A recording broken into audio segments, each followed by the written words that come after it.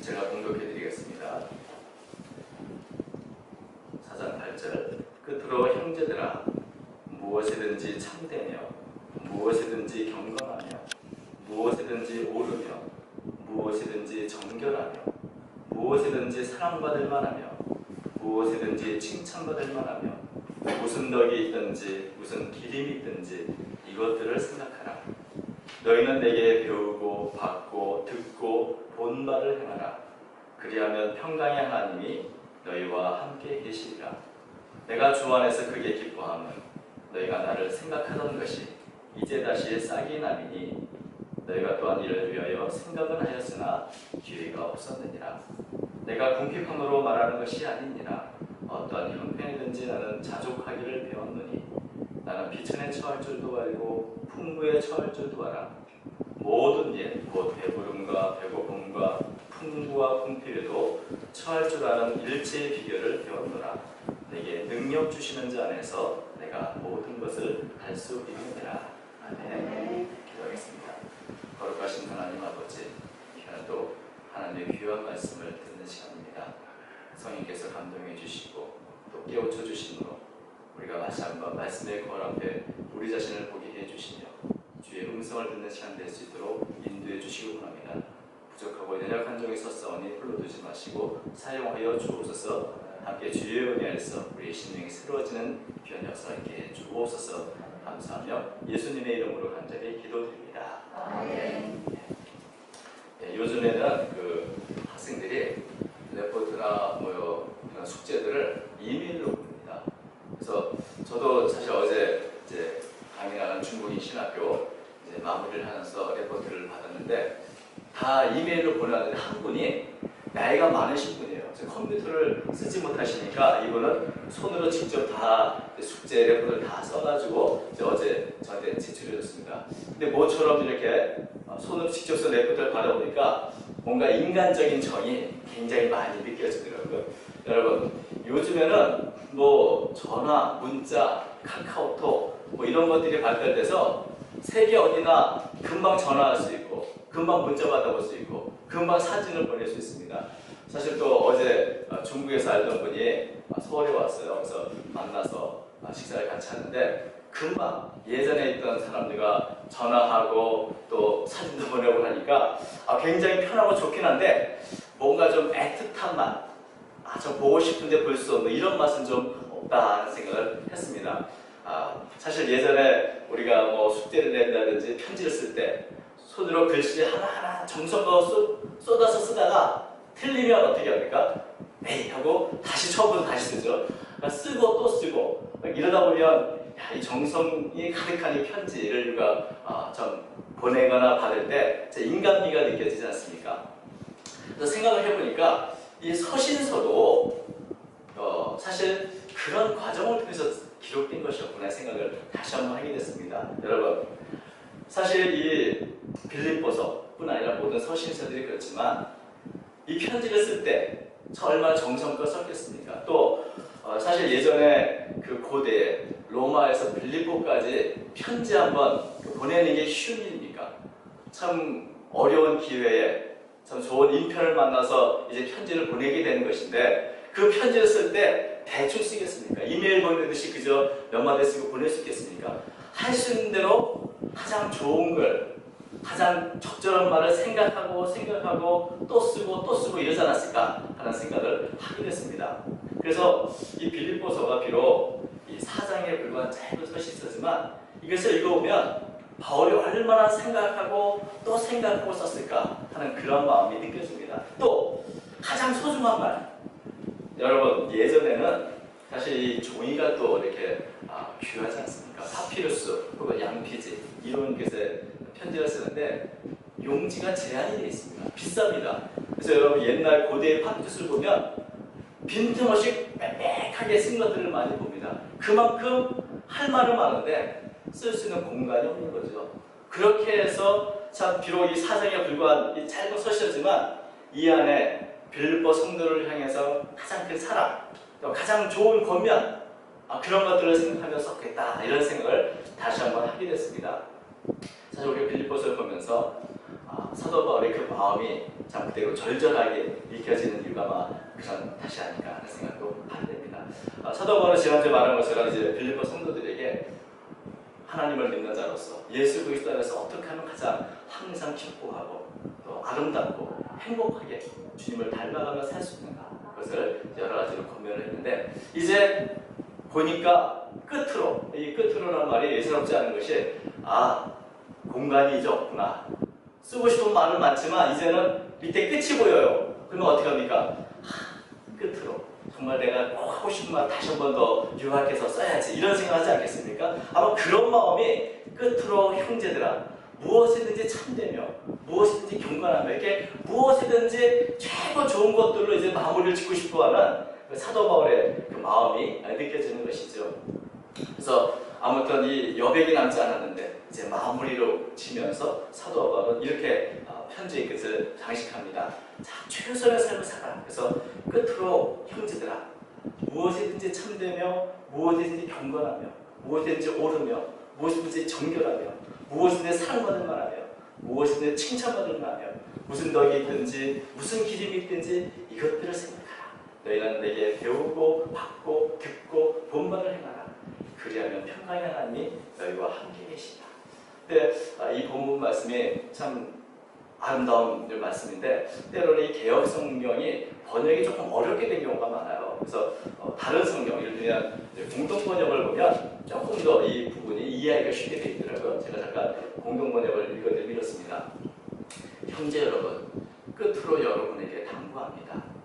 여러분은 무엇이든지 참된 것과 고상한 것과 옳은 것과 순결한 것과 사랑스러운 것과 영예로운 것과 덕스럽고 칭찬받을 것을 마음에 품으십시오. 마음속에 품으십시오. 이렇게 기록이 되죠. 근데 뭐가 차이가 있냐면 개역 성경에는 생각하라 이렇게 되어 있고 표준 세번역에는 골똘히 생각하라 이렇게 번역을 했는데 공동 번역에는 마음속에 품고 살아라 이렇게 번역이 된 겁니다. 근데 사실은 이 생각하는 원어를 보니까 몇 번이고 반복해서 심사숙고라는 얘기예요.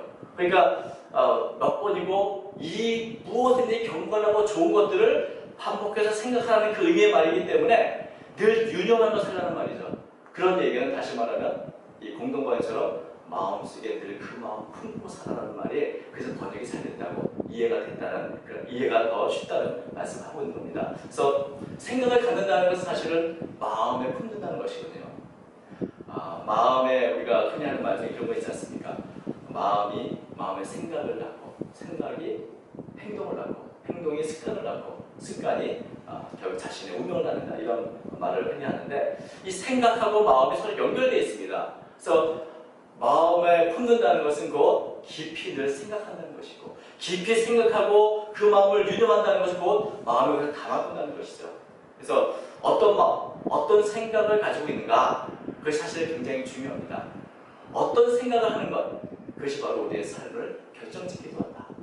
그래서 잠언서 23장 7절에 이렇게 말합니다.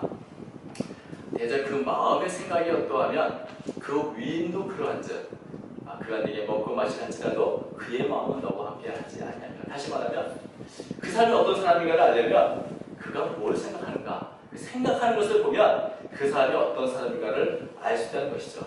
겉으로는 어떻게 우리와 함께 할지라도 마음이 다르면 그 사람은 너와 다른 사람이라는 겁니다. 그래서 겉으로 드러나는 행동도 중요하지만 그것보다도 그 모든 행동의 원동력이 되는 그 마음, 그 생각 그것이 더 중요하다는 것을 잠언서가 말하고 있는 것이죠. 여러분이 어떤 사람인가? 그것은 여러분이 날마다 무엇을 생각하며 사는가? 여러분 마음에는 무엇이 있는가? 그것이 바로 여러분 자신입니다. 여러분의 생각, 여러분의 마음 그것이 바로 여러분 자신인 것이죠. 겉으로는 어떤 행동을 하든지 여러분 속에는 빙산의 일격처럼 그 겉으로 드러나는 것은 조금이고 여러분 마음과 생각 그것은 더 중요한 여러분 자신입니다. 그래서 마음과 생각을 잘하는 게 굉장히 중요합니다. 그래서 잠언서 4장 23절은 또 이렇게 말하죠. 모든 지킬 만한 것 중에 더욱 네 마음을 지키라. 생명의 근원이 이에서 나느니라. 다시 말하면 어떤 겉으로 드러나는 행동보다 마음을 지키는 것이 중요하다 이렇게 말하고 있습니다. 여기서 이 마음을 지킨다, 이 지킨다는 말이 사실 군사 용어입니다. 반드시 꼭 지켜야 할 것들을 의미할 때 지킨다는 이 표현을 쓴 거죠. 이 빌립보서에서도 이 군사용어 여러 가지 나오는데 이 잠언서에 나온 지킨다는 이 표현도 굉장히 강조된 꼭 지켜야 할 것, 최우선으로 지켜야 할 것을 말하는 그런 단어인 것이죠. 제가 이제 군종으로 군 생활을 했는데 제가 평상시에는 군종으로 이제 교회를 맡아서 있다가 전쟁이 나거나 비상시가 되면 제가 하는 일이 뭐냐면 무기가 있는 탄약고를 지키는 일을 합니다. 왜냐하면 평상시에는 이 군종일을 하다가도 비상시나 전쟁 시에는 군대에서는 중요한 임무가 뭐냐면 이제 탄약고나 무기고를 지키는데 제가 한번 이제 비상시 한번 가서 보니까 저 말고도 굉장히 많은 사람들이 이 탄약고 무기고를 지키러 왔더라고요. 그래서 아니 이 탄약고나 무기고는 두세 명이면 다 지키는데 왜 이렇게 배정을 많이 했을까? 나도 뭐 사실은 특별히 할 일이 없는 전쟁시는 없으니까 이제 불렀다고 하지만 다른 분들 저와 같은 사람들이 한둘이 아닌 거예요. 너무 많은 거예요. 그래서 이거 뭐 이렇게 사람에게 낭비하나 이런 생각을 했는데 나중에 보니까 전쟁시나 비상시에 꼭 지켜야 할 것, 반드시 누군가는 지켜야 할 것이 바로 이 탄약고 무기고입니다. 이게 털리면은 더 큰 일이 나는 거죠.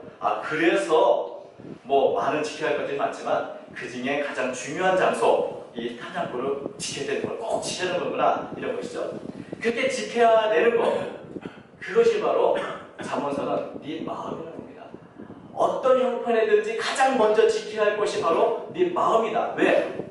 영적인 이 전투의 신앙생활에서 마음을 빼앗기면 그 전쟁은 위태한 것이기 때문에 그렇습니다. 왜냐하면 잠언서는 말하기를 생명의 근원이 여기에서 나기 때문입니다. 그래서 최우선적으로 마음을 지켜야 한다. 눈에 보이지 않는 영적인 전투가 계속되고 있는데 우리가 우리의 마음을 제대로 지키지 못하면, 우리의 생각을 지키는 최선을 다하지 못하면 우리는 이미 영적인 전투에서 실패하고 또 참패할 수밖에 없다는 것을 말해주는 것이죠. 그렇기 때문에 사도 바울은 여러 가지 권면을 하는데 나중에 최종적으로 끝으로 가장 중요한 게 뭔가? 너희의 마음을 충만하게 하나님의 그 믿음으로 가득 차게 해야 한다. 이 너희의 생각을 무엇을 하는가? 이것에 대해서 너희가 가득 마음에 채우고 그것을 간직해야 할 것이 무엇인가를 우리에게 권면하고 있는 것이죠. 무엇이든지 참되에게 세 번째 있습니다. 무엇이든지 경건하고, 무엇이든지 옳고, 무엇이든지 경결하고, 무엇이든지 사랑받을 만하고, 무엇이든지 칭찬받을 만하고, 무슨 덕이 있든지 무슨 기름이 있든지 이것들을 생각하라. 이것으로 너희의 마음을 충만하게 채워라. 이것을 지켜야 한다. 이렇게 말하고 있는 것입니다.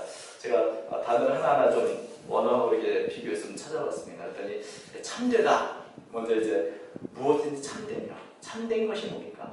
참이라는 것은 거짓이 없는 진실을 말합니다. 이것은 가짜, 또 허위, 거짓 이것과 상반되는 개념이죠. 사람은 다 거짓되지만 하나님은 참되시다 할 때 그 단어가 여기에 사용됐습니다. 숨김없이 있는 그대로 보여줄 수 있는 그 진실함, 그것이 바로 참된 것입니다. 하나님께서 그런 것처럼 하나님을 믿는 사람들 역시 무엇이든지 참되고 진실해야 합니다. 안팎이 같아야 합니다. 말에도 진실해야 되고 행실에도 진실해야 되고 모든 일에 진실함을 나타내는 것, 이것을 늘 마음에 간직하라고 사도 바울은 말하고 있습니다. 경건하면 무엇이든지 경건하다. 이 경건이라는 말은 사실은 이 경건이라는 단어 대신에 존경스러운, 고상한, 유혹이 있는 이런 것으로 나타내는 그 단어입니다. 그래서 공동번역에는 이 고상한 것이라 이렇게 번역했습니다. 하나님을 믿는 사람들은 세상 사람과는 다른 고상함을 가져야 한다는 것이죠. 사람들과는 다른, 우리가 예수님을 믿고 예수님 안에서 변화가 됐다면 이제는 세상 사람들과는 다른 고상한 것을 생각해야 되는데, 다시 말하면 모든 사람들은 존경받을 만한 생각을 하며 살아야 된다는 것이죠. 믿는 사람들이 생각하는 것이 존경할 만한 것이 없다, 고상한 것이 아니다, 천박하다, 그러면 사실 본인이 되지 않는 것이죠. 그러면서 무엇이든지 경건한 것, 고상하고 또 존경받을 만한 것들을 생각하여 살아라. 이렇게 사도 바울은 말하고 있습니다. 무엇이든지 옳으며, 옳다는 말은 공정하다는 것이죠. 하나님 것이 옳은 것으로 어떤 선입관이나 편견이 없는 그 상태. 그래서 하나님은 늘 올바른 것을 생각하고 공정하게 옳은 것에 치우치지 말라는 그런 말씀인 것입니다. 하나님께서 모든 사람에 대해서 치우침 없이 공정하게 대하시는 것처럼 우리도 다른 사람을 이렇게 공정하게 바라볼 수 있어야 하는 거죠. 하나님의 공의를 마음에 품어야 한다는 그런 의미로 받아들였습니다. 또 네 번째, 무엇이든 정결하며. 이 정결하다는 말은 거룩하다는 말과 어근이 같습니다. 다시 말하면 거의 같은 말이죠. 거룩하다는 말과 순수하고 오염되지 않은 상태를 말합니다. 하나님은 내가 거룩하니 너희도 거룩하라 이렇게 말씀하셨습니다. 이것이 바로 우리 그리스도인의 특징이시죠. 우리의 생각이 늘 순수하고 깨끗한 상태를 유지해내는 것이죠. 근데 사실 이게 쉽지는 않습니다. 순수하게 다른 사람을 사랑하고 순수하게 사람을 도와주는 것이 중요한 것이죠. 그런데 만약에 우리 그리스도인들이 남을 도와주든지 선한 일을 한다 할지라도 순수함을 잃어버린다. 다시 말하면 그 안에 순수함이 없고 잘못된 동기나 흑심을 가지고 도와주고 그런다. 그럼 그것은 선행도 아니고 사랑도 아닙니다. 순수하게 하나님께서 나를 사랑하셔서 순수해야 그 사랑과 그 선행이 빛이 나는 것이지, 그 동기가 잘못되고 흑심이 있다면 그것은 오히려 하나님의 죄가 나는 것이죠. 그러면서 우리 그리스도인들은 늘 순수한 마음을 가져야 한다고 사도 바울은 말하고 있습니다. 다섯 번째, 사랑받을 만하며. 이 단어는요, 신약에서 여기만 나오는 단어입니다. 그러니까 다시 말하면 바울이 고르고 골라서 쓴다는 거죠. 자주 나오는 단어가 아니라 여기에만 나오는 단어입니다. 그래서 굉장히 유쾌하고 사랑스러운 것을 의미하는 단어인데, 신약에서는 여기밖에 안 쓰였고 구약에는 구약을 이제 헬라어로 번역된 것이 70인역인데 거기에도 딱 한 번 이 단어가 사용됐습니다. 어디에 사용됐냐면은 여러분이 아마 아시는 것 중에 하나일 겁니다. 에스더서에 있는데 5장 2절에 왕후 에스더가 뜰에 산 것을 보죠. 매우 사랑스러움으로 손에 잡았던 금규를 그에게 내미니 에스더가 가까이 가서 금규 끝을 만진지라. 여기 보면 매우 사랑스러워 보인지라. 이 단어가 바로 동일한 단어가 쓰인 것이죠. 다시 말하면 우리 그리스도인의 모습을 보면 하나님이든 다른 사람들 누가 봐도 참 사랑스럽다, 너무 사랑스럽다고 느낄 만큼 그런 생각을 가져야 한다는 것이죠. 그런 마음, 누구 보든지 정말 사랑스러운 생각을 하는구나, 이렇게 알만한 생각을 한다는 것이죠. 여러분, 사실 우리 그리스도인들이 예수를 믿고 나서 얼마나 사랑스러운 생각을 합니까? 우리는 축복의 통로가 되기 원한다. 나를 통해서 다른 사람의 복을 받기 원한다. 뭐 이런 생각을 하지 않습니까? 얼마나 사랑스러운 생각입니까? 이런 생각들로 가득해야 하는 것이죠. 내가 세상에 그 어둠을 비추는 빛이 되겠다. 내가 이 맛을 잃고 부패가는 세상에서 소금이 되겠다. 이 얼마나 사랑스러운 생각입니까? 이것은 하나님 앞에서도 또 다른 사람 앞에서도 너무너무 사랑스러운 그런 생각들로 가득 차야 한다는 것이죠. 나로 인해서 모든 사람이 정말 기쁨을 주고 또 유쾌하고 또 사랑스러울 만한 그런 생각을 무엇을 하든지 그런 생각을 하고 살아라, 이렇게 사도 바울은 말하고 있습니다. 또 칭찬받는 말 하네요. 이 단어도 여기밖에 안 나오는 단어입니다. 신약에서 여기밖에 없는 단어입니다. 그러니까 바울이 아까도 말했지만 이 편지 하나 쓸 때 얼마나 고심고심하면서 이 단어를 골랐겠습니까? 이 단어, 사랑 칭찬을 하며, 이것은 우아하고 고상하다는 뜻이지만 이 단어가 쓰이는 것을 보니까 두 가지 경우에 쓰입니다. 이제 우리 성경에는 여기밖에 나오지 않지만 다른 성경 외 다른 곳에서는 수동태와 능동태로 쓰이는데 이런 거죠.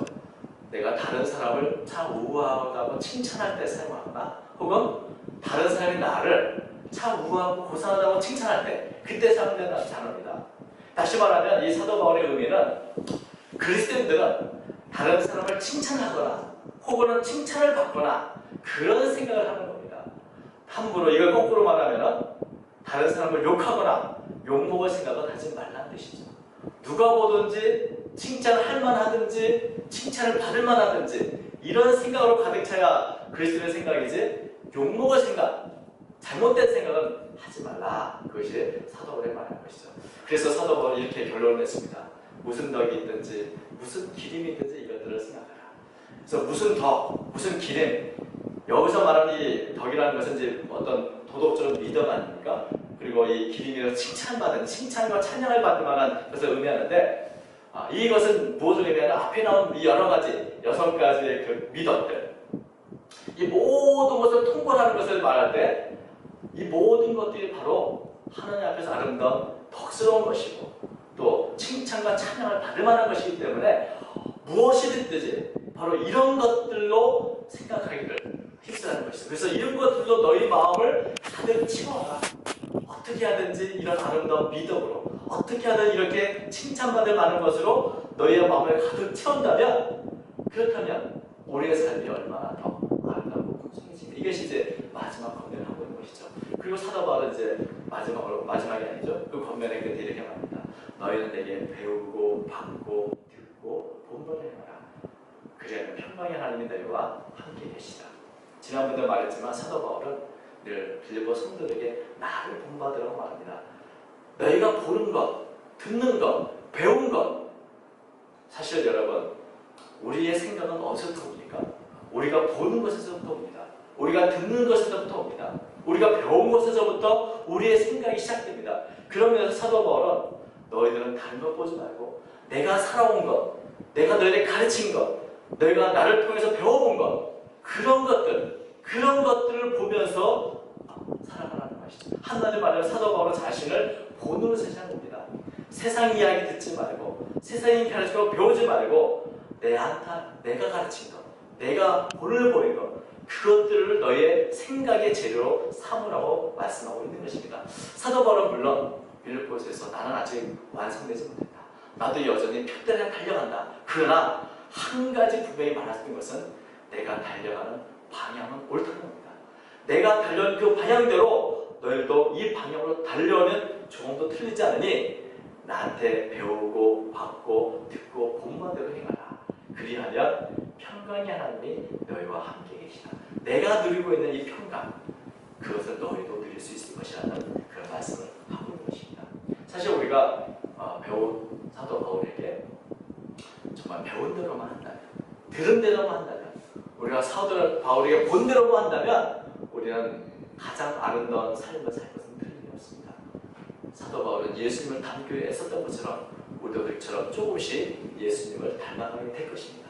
사실 이것이 쉽지가 않습니다. 사실 우리가 매일 우리의 생각에 이렇게 아름답고 고상하고 우아한 생각이 아니라 자꾸 다른 생각이 가득 찬 이유가 뭘까요? 참되지 못하고 거짓된 이유가 뭘까요? 왜 우리가 순수하지 못할까요? 그것은 우리가 보고 듣고 배운 바가 바울이 아니고 세상의 것이기 때문에 그렇습니다. 여러분, 오늘 하루도 여러분의 생각을 지배하는 것이 무엇입니까? 여러분이 보고 듣고 또 배운 건 무엇이었습니까?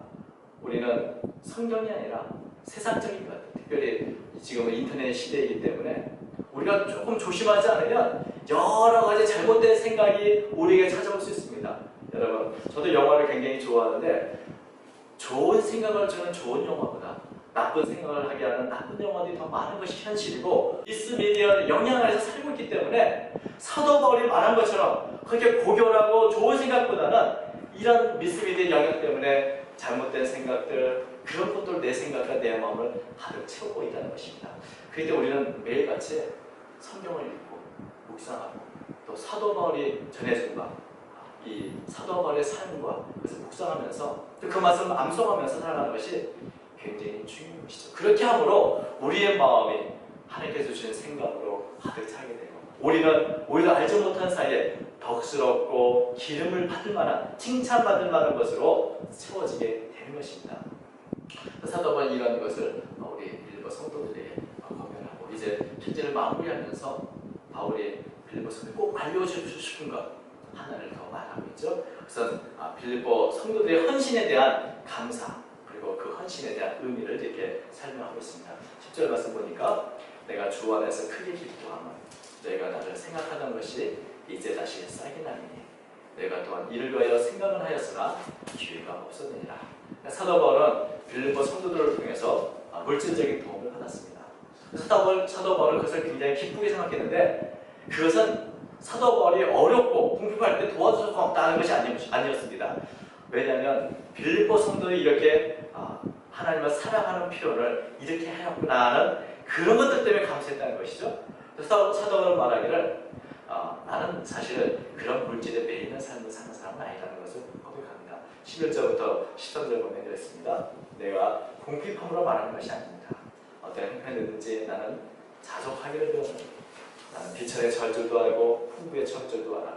모든 일, 곧 배부름과 배고픔과 풍부와 궁핍에도 처할 줄 아는 일치 비결을 배웠더라. 내게 능력 주신 자 안에서 내가 모든 것을 할 수 있다.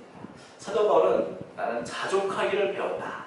자족하기를 배웠다는 말은 이 비결을 내가 배웠다는 뜻인데요. 이 자족이라는 단어가 사실 철학적인 용어입니다. 이것을 철학적인 용어로 사용할 때는 인생을 이렇게 달관한 경지에 이를 때 모든 것을 다 초월해가지고 그러면 환경에 지배를 받지 않죠. 그래서 모든 것을 달관하고 초월해서 외부에 상관없이 만족함을 느끼는 상태, 이런 철학적인 용어입니다.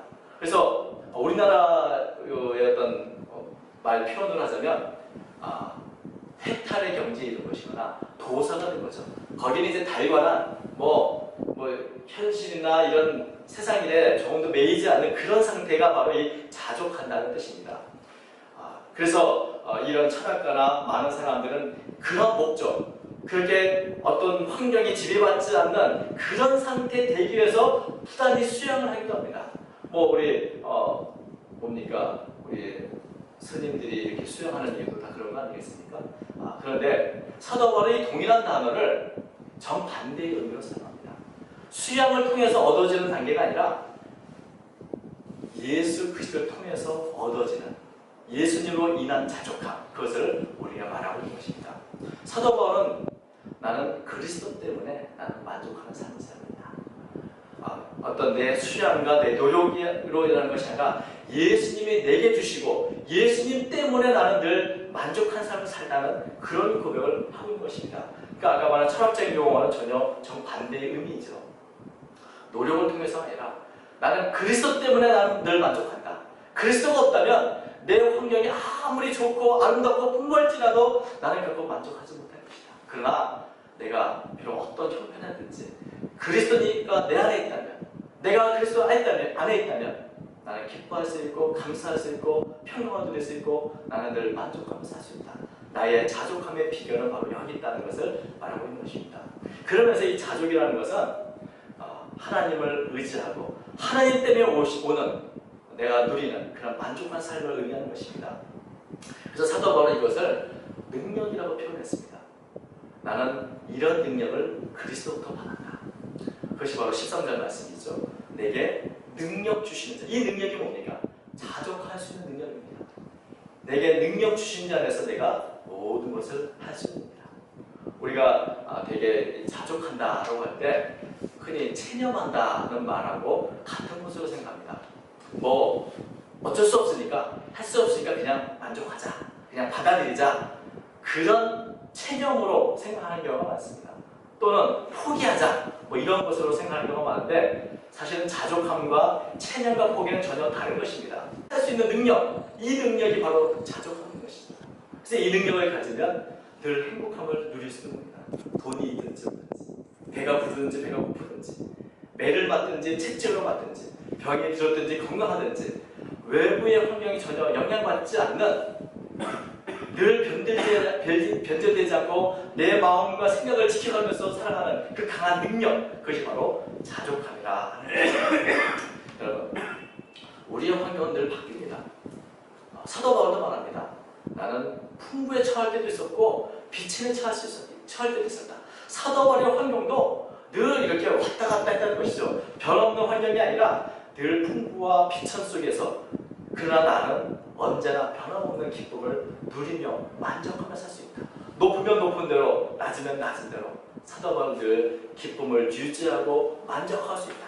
저는 이 모습을 보면 마치 파도 타기 선수를 생각하게 됩니다. 파도가 높으면 높은 대로 멋있게 타고, 낮으면 낮은 대로 아슬아슬하게 스릴을 건너가는 그 어떤 멋있는 파도 타기 선수. 이것은 능력이거든요. 재능이거든요. 그것처럼 이 세상을 기쁘게 살아가는 것도 그것은 하나님이 주신 능력 안에서 기쁘게 살 수 있다는 것입니다. 그래서 사도 바울은 말하기를 항상 기뻐하라 하지 않습니까? 기뻐하는 것이 중요한 것이 아니라 언제 기뻐하라고요? 항상. 기뻐하는 것이 중요한 게 아니라 항상 기뻐하는 것이 중요합니다. 그러면서 어떻게 그럴 수 있는가? 그 일치의 비결은 바로 이 자족함. 예수 주님께서 주시는 그 능력을 받을 때 그 능력 안에서 우리는 항상 기뻐할 수 있는 것입니다. 기뻐할 때 기뻐하고 기뻐하지 않을 때 기뻐하지 않는 것은 누구나 할 수 있으나 언제나 늘 자족할 수 있는 것은 예수 그리스도 안에서만 가질 수 있는 것입니다.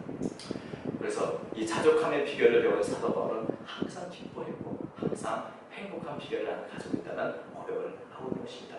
여러분, 이런 고백을 우리가 보면서 여러분 이런 능력을 받아 이루고 있는지를 한번 돌아보시기 바랍니다. 모든 그리스도인들은 물질을 초월할 수 있는 그런 깊은 비밀을, 그 비결을 배워야 합니다. 그래야 늘 우리는 변함없이 주님과 또 우리에게 주신 사명을 사랑하면서 이 땅에 행복하게 살 수 있는 것이죠. 그렇지 않으면 하루에도 12번씩 내 마음은 위아래로 왔다 갔다 하게 될 수밖에 없는 것입니다. 우리가 이런 비결을 갖고 이런 능력을 가져야 세상에 물들지 않고 세상을 따라가지 않고 늘 거룩한 생각과 고결한 마음을 지켜가면서 세상과 구별된 그런 삶을 살 수 있는 것입니다. 이런 비결을 알아야 빛과 소금의 역할을 감당할 수 있는 것입니다. 그러면서 오늘 이 사도 바울의 권면을 내 마음에 새기면서 내게 능력 주신 자라서 내가 모든 것을 할 수 있다. 나는 배부름과 배고픔과 풍부와 궁핍에 처할 수 있는 일체의 비결을 배웠다.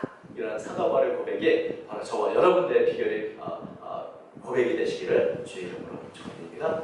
기도하겠습니다. 거룩하신 하나님 아버지, 짧은 시간에 사도 바울의 말씀을 함께 묵상합니다.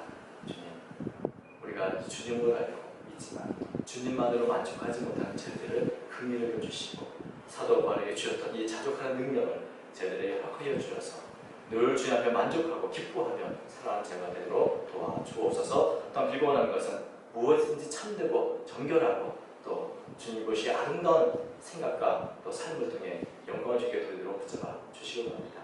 여전히 연약한 저희들의 모습을 긍휼해 주시고 오늘도 주의 말씀 안에서 우리 자신을 세워 주옵소서. 주님의 능력과 은혜 안에서 우리의 속심령이 변화될 수 있도록 도와주시고 더욱더 성숙한 모습으로 전해 나가는 저희 모두가 되도록 축복해 주옵소서. 감사드리며 모든 것을 살아계신 예수님의 이름으로 간절히 기도드립니다. 아멘.